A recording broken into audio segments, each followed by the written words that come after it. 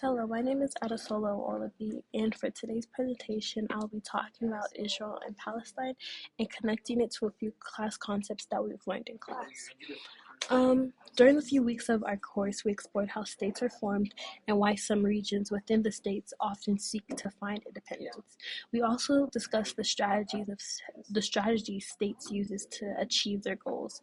We saw these strategies in the actions in the ongoing conflicts of Israel and Palestine, such as deterrence, first face of power, and hard power. I'm going to touch on a little bit of the history of it. This is what's been going on in Israel and Palestine is an issue that's been going on for over a few decades now. It's essentially started within 1948, where the Jews were moved into Palestine's territory by the UK. And the state of the Israel, and during this time when they're moved in, Israel is now being created as a state.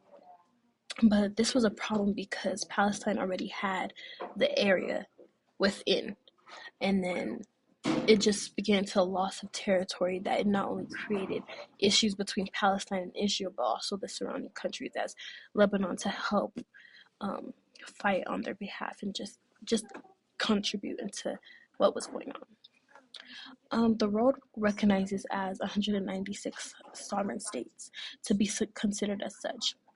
A state, in order to be classified as a state, there's certain things that you need to go through. For one, you need to have a classified population. You need to be able to have a population of people within your state. You also need a territory jurisdiction where you can claim as a state.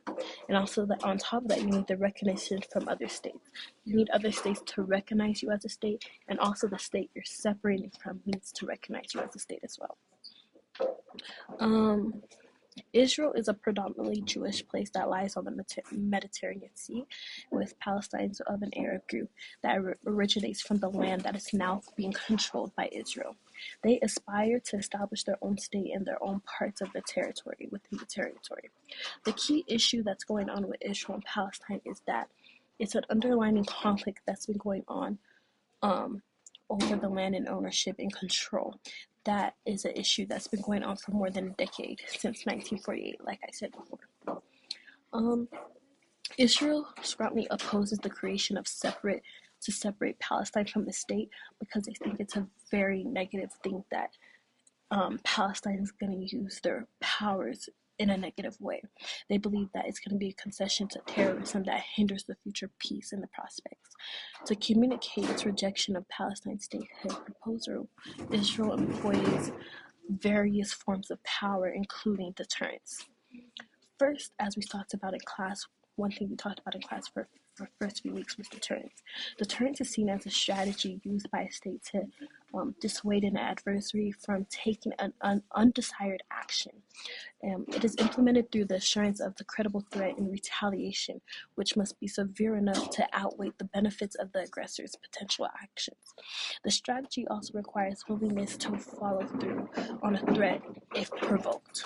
So you place a threat upon a state to persuade them from doing an action, and in order for them to not do the action, it has to be a very high threat, as stated in class. And the higher the threat is, the less likely for them to not. The higher the threat, the more likely for them to follow through what you want them to do without following through on the threat. The weaker it is, the more likely they're not going to listen to you. The strategy also requires a willingness to follow through on the threat if provoked. So if they're not going to listen, the threat that you made, you have to follow through and you have to act fast. Additionally, the ability to respond swiftly or clarity enhances the effectiveness of deterrence. So in the aftermath of the attack of Israel that happened on October 7th, 2023, the country faced unprecedented need to rebuild its power of deterrence. This power had been gradually just decreasing since Israel's withdrawal from Lebanon in May of 2000. As one of the prime ministers, pardon me if I say his name wrong, Benjamin Natan, stated that the incident that happened on October 7, 2023 was an incident in Israel that has never happened before. He assured the Israelites that the military would retaliate against Hamas with unmatched force, given the extraordinary intensity of October 7th attack. It was suggested that Israel's response should mirror the scale of violence, marking the unparalleled wave of aggression in a scope of intensity. However, the war has been a failure in terms of deterrence because Israel's military displays in Gaza has not been restored Israel's deterrence, leaving the conflict unsolved and the tensions high.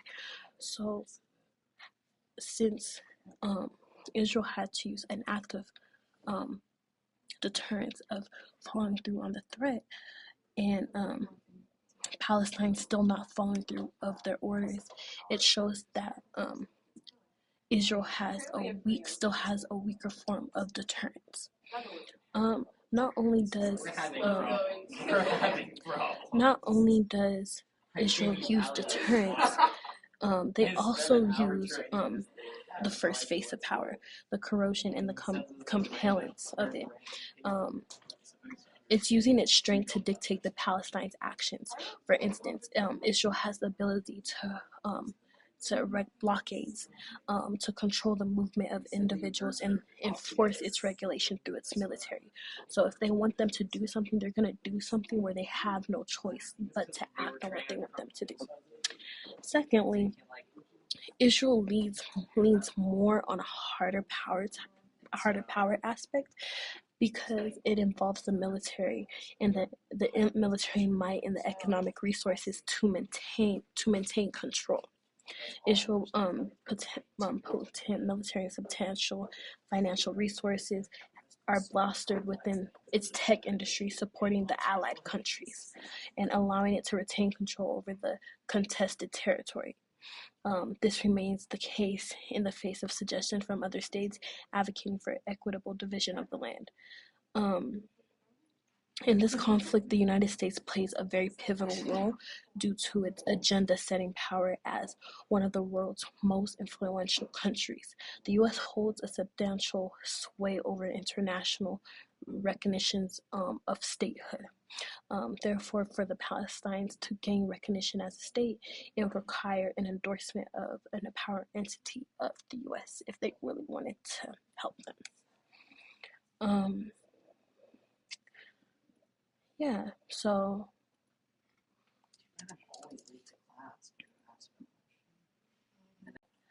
just to really wrap this up, as in one, in conclusion, the conflict between Israel and Palestine is a complex issue that's rooted in historical, territorial disputes, and political power dynamics. The strategies employed by these states, such as deterrence, first face of power, and hard power, serve to maintain the status quo rather than to resolve the underlying issues. The international community, including influential states like the US, plays a crucial role in shaping the outcome of the conflict. Therefore, a comprehensive understanding of these strategies and their implication is key to making progress towards a peaceful resolution. And this topic just really just ties into what we learned into class, such as what was going on with Somaliland and how Somaliland wanted to have their own separate state and how they weren't able to get that state. But one thing they lacked was the acceptance to separate from the state within Somaliland. Although one state might recognize it as a separate state, but it doesn't do much because they don't have that much power to cause change in history. And yeah, so thanks for listening.